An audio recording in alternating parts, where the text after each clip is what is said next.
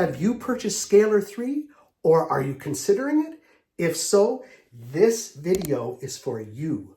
I'll be highlighting some of the most powerful and inspiring features to help you get started and make the most of this remarkable tool.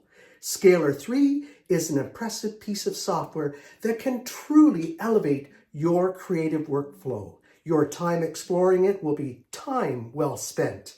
Let's get started and discover what Scalar 3 has to offer you.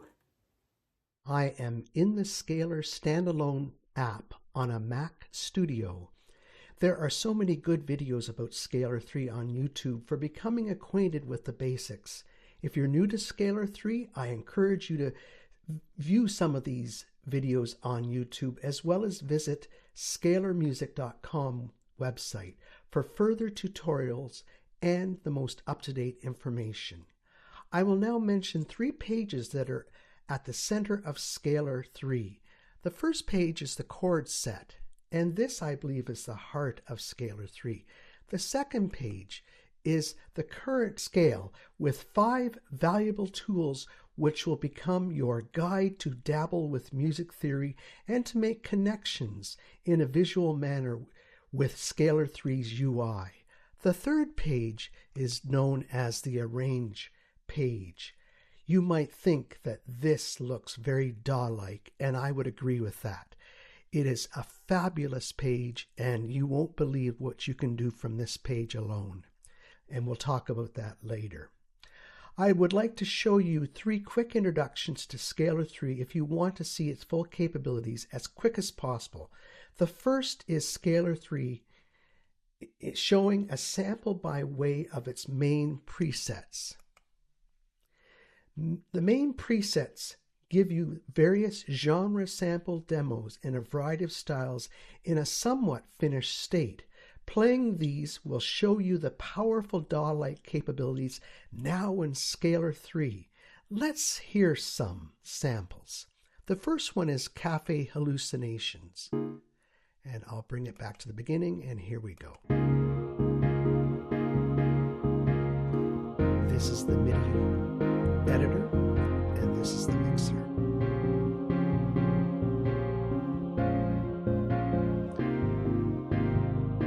I can solo anything.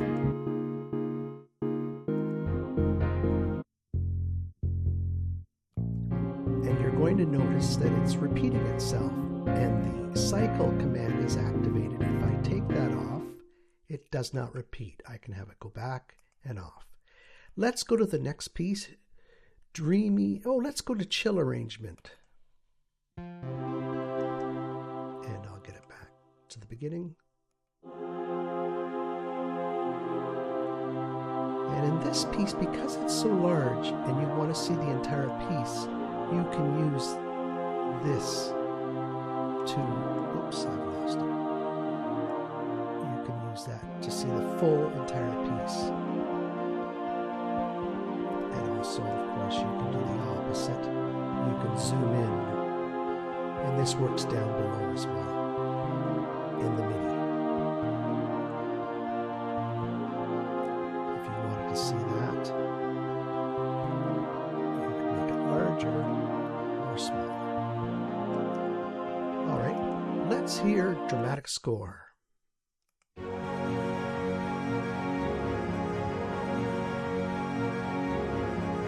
Let's hear one of the tracks or lanes.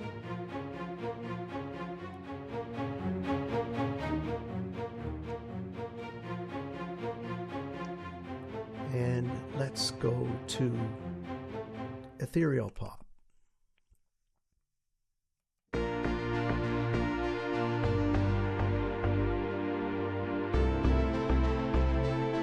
And again, if you wanted to adjust the pan or volume, you can do that.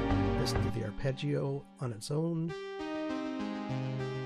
So very useful. And again, the repeat function is on. Okay, let's go to another one. How about nice strings?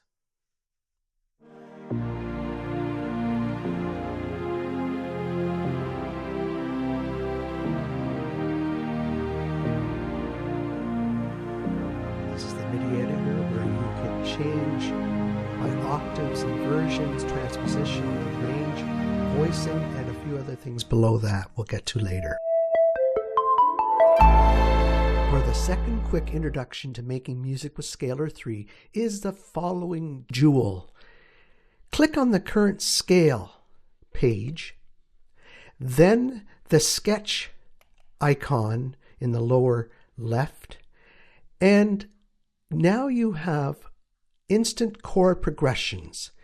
If you're not concerned about the scale type, then this method is perfect for you. Click on the light bulb icon for each progression sketch, and you'll have a fresh set of chords, 8 in total, to check out. Let's try this now. It's as simple as this. You have all of this to choose from, and so let's listen to what it sounds like.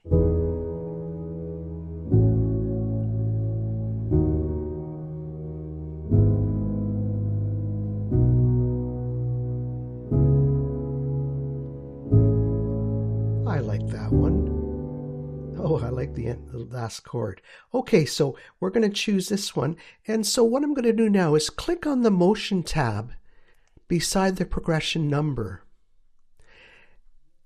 Choose a performance or phrase that will add some motion or ostinato-like patterns to the chord set. You can audition each performance. I'll show you what I mean by that. If I choose Expressivo, you can, just by clicking on and holding this,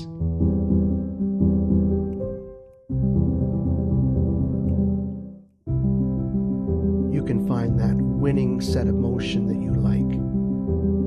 How about that one now? Double click it, and then it's Allargando is right here, so click on.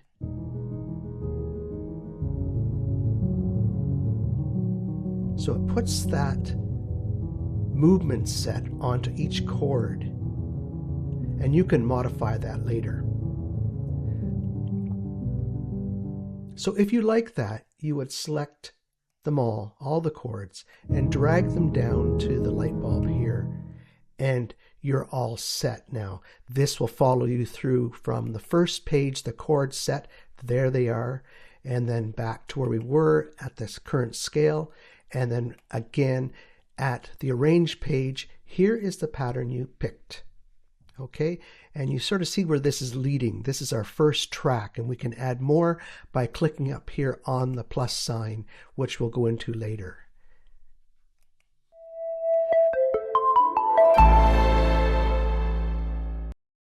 We are back to the chord set page, and in this page I'd like you to select all scales and pick from letter scale names like C or C major from the keyboard that comes up. So if I click on C, all the scales in here will have a C in it. And if I further filter, I can add an E, and then again, something different, F sharps and A sharps.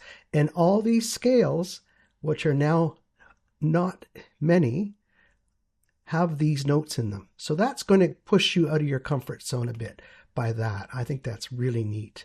And as well as they're arranged by mode and mood.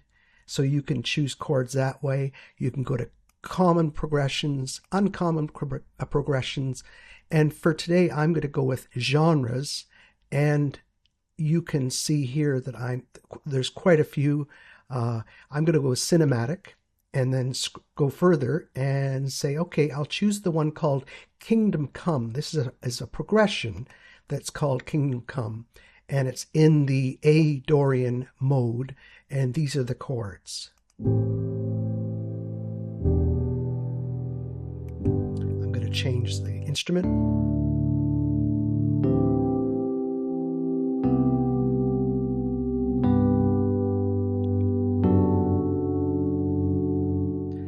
To further this, we want to add some movement. So I'm going to click on this performance feature, and I'm going to click on Accento, and that's what is on there right now.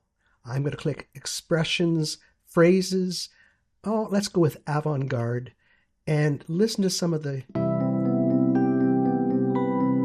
passages here. Now this is not 1 bar, this is probably 4 bars, so that may cause some problems with your progression.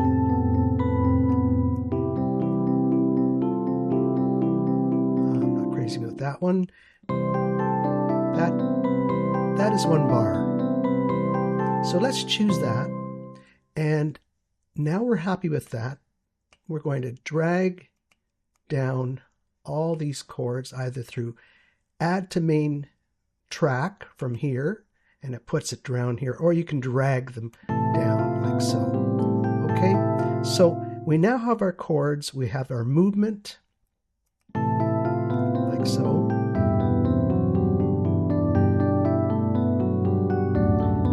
And as you get into this, you'll find that you'll want to see the chords, and if you go to voice groupings, you can, they're set for dynamic now, which is very pleasant, but you can also go to open voicing or guitar voicing, and that will spread the chords out in different ways. So you best just try that when you have the time to do that.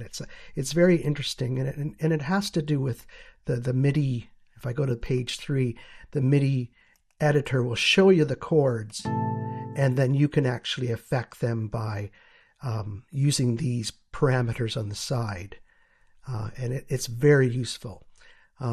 Okay, and you can see also with the mixer that this is the main track played by the electric piano, and you would use the plus sign to add your filler chords, any ostinato you want to add in, or musical motifs, and that basically is your orchestration. Okay, so let's go to the middle page called Current Scale, and let's have a look at how we can use some of these neat tools. I'll be very brief about this because these are, you need to have a separate video on each one of these to really bring them alive. But if I was to tell you that we're going to look at the modulation section, the cycle of fifths is fairly common. But the modulation section, I'm in A minor, and I want to go for my B section into another key, so I can have maybe a counter melody or a difference of sound for my B theme going back to the A theme, which is up here. So you can do this by looking at the chords. We end on a C here, and it goes back to D there. Well, I'd like this to go into another key. So I am going to show you what I mean here by clicking. If I want it to end in E, then I've got to get from D major to E major, but I don't want it to go by step from D to E. That's walking in fifths. It breaks one of the rules of basically, if you know the interval of a fifth, which is going to be in our case a D and an A to an E and a B. That doesn't sound always the greatest, but we can fix that by clicking on secondary scale, and these 3 chords will get us to the new key of E major in a much more traditional sense. And you can always do something a little different with what you know already or what you can explore with as it comes using scalar 3. So I'm going to drag in after D major, we go to F sharp minor, which is really great because D to F sharp is very natural. And then we're going to go to B7th, which is the 5th of going to E major. And you may have to fix some of the notes in them, and that's where using the MIDI editor will help when you see and hear certain things. But now if I play that, you'll hear the full progression, and even if these notes are sounding kind of strange. Here we go.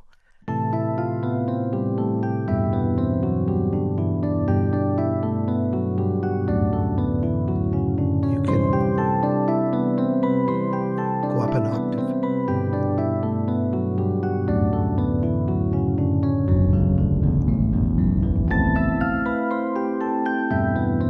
So I've taken it up an octave.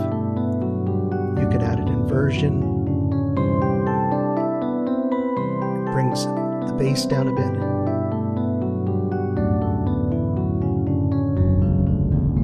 mix up there.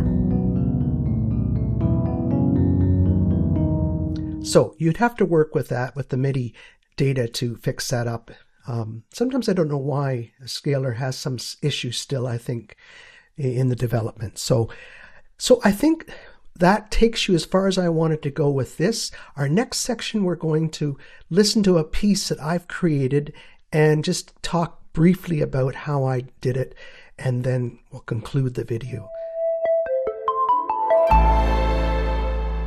This is an example of everything I've learned from Scalar 3, and it has been quite a journey to comprehend and understand and get confident with the app.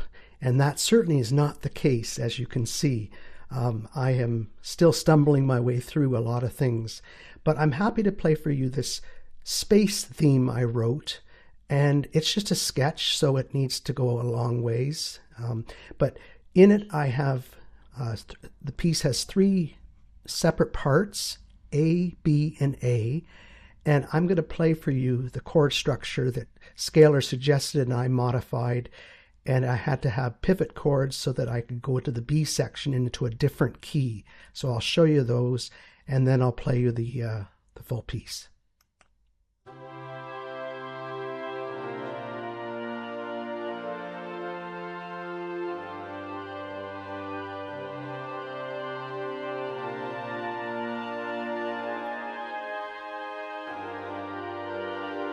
And this is the end of the A section, pivot chords,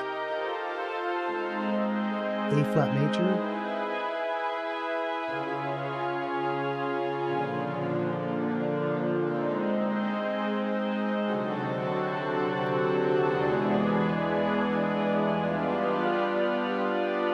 and now back to the A theme. I'm going to stop here because you've already heard it.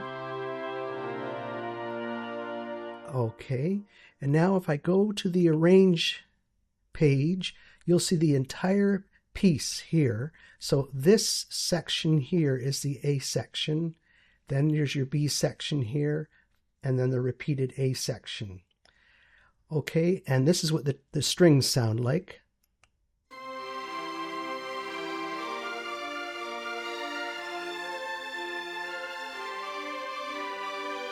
And bass.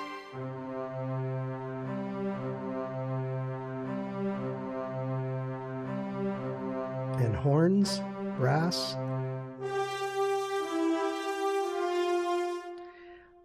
and then woodwind from the Berlin Free Orchestra,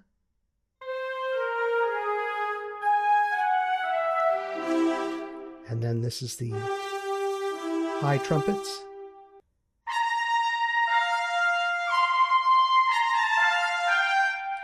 Okay, so that's the instrumentation. Down below here, I pan the way I did here. I used, as I said, 4 instruments from Scalar: the woodwind ensemble, the string ensemble, the orchestral bass, the brass section, and then this is the Berlin Orchestra for woodwinds and high trumpets. And then on the master, I used the classic reverb, Berlin's classic reverb. Okay, so I hope you enjoy this. Here we go.